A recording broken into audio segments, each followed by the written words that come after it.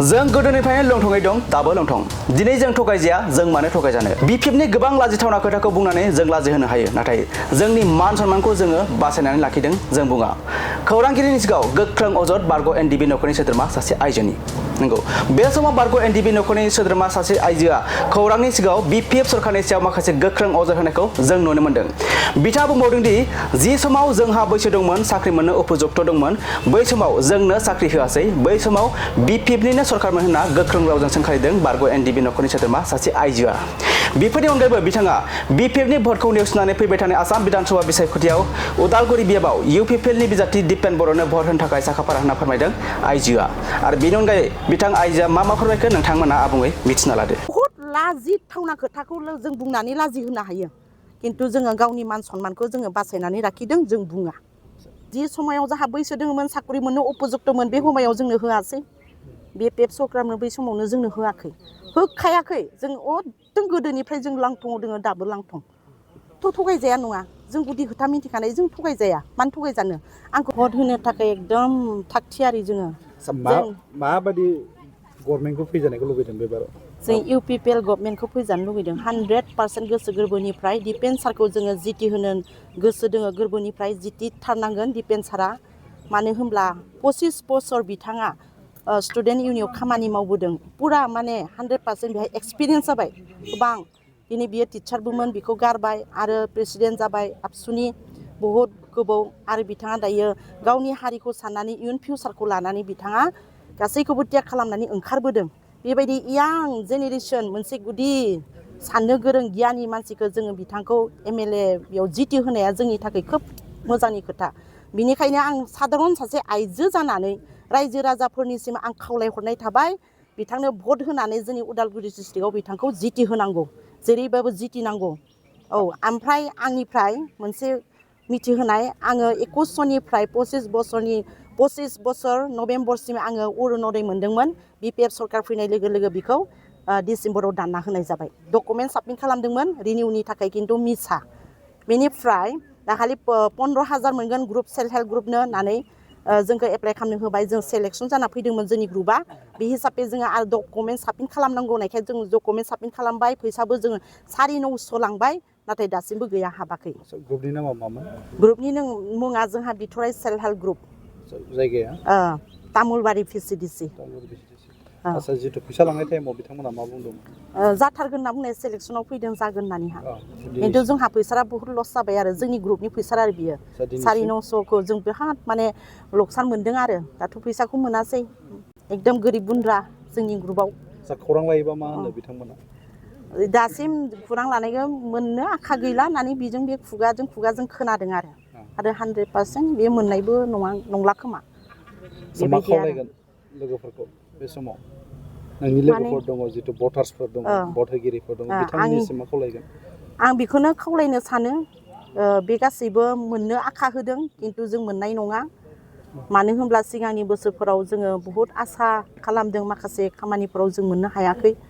जाहा एक्सपिरियेन्स दङ गोबाव बोसोरनिफ्राय जों एक्सपिरियेन्स मोनबोदों बिनिखायनो जों मेंग्लिबाय जों मोजां लिडार नांगौ मोजां दैदेनगिरि नांगौ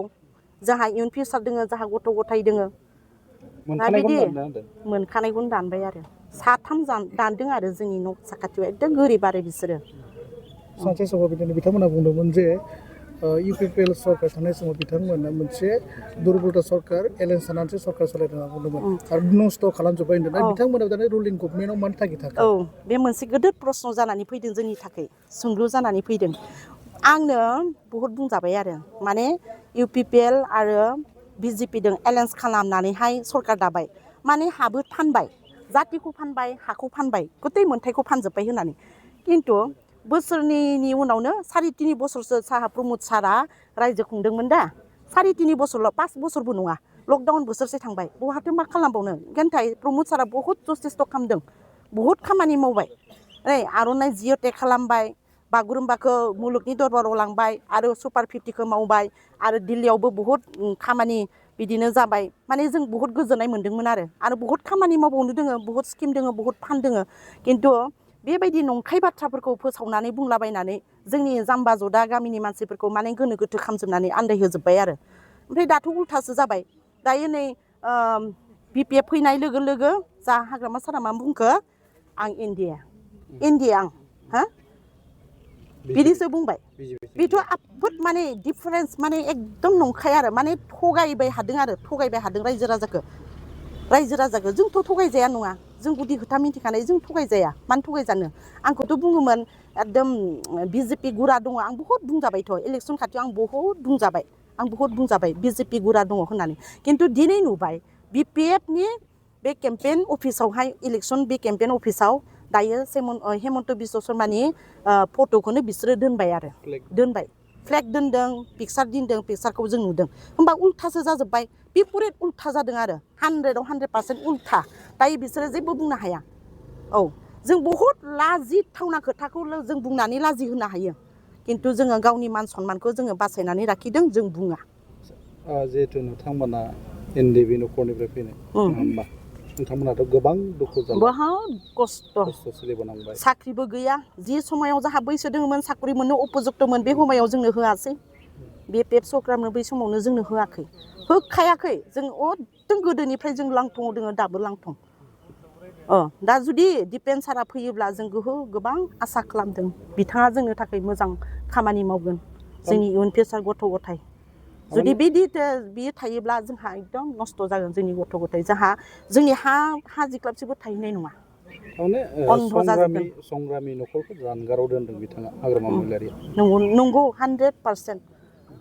जिथु नोंथांमोननि गोबाव सम नांबोबाय दिनै नोंथांमोनखौ दाखोरबारियाव जोगारना हरनाय बायदि जादों जोगारहरबाय साख्रि होसोदोंमोन आं बैसो थानाय समाव आं मोनासै दानि फिसायाबो गैला आंहाबो गैला जों बिराद खस्थ' खालामनानै जों खेथिखौनो बुंनांसिगोन जों खेथि खालामनानै जादों गोबां खस्थ' दोङो जोंहा दा गथ'फोर सानै मिसाखौलाय मा बुंनो आंनि गथ' सानैया मेट्रिक परिखा होना दोनदों बेबायदि बिनिखायनो आं लास्टाव बयनि रायजो राजानिसिम खावलायनाय थाबाय नोंथांमोना दिपेन सारनो भटखौ होगोन भट होनानै जिति होगोन देरहा होगोन बेसेनो हामबायसै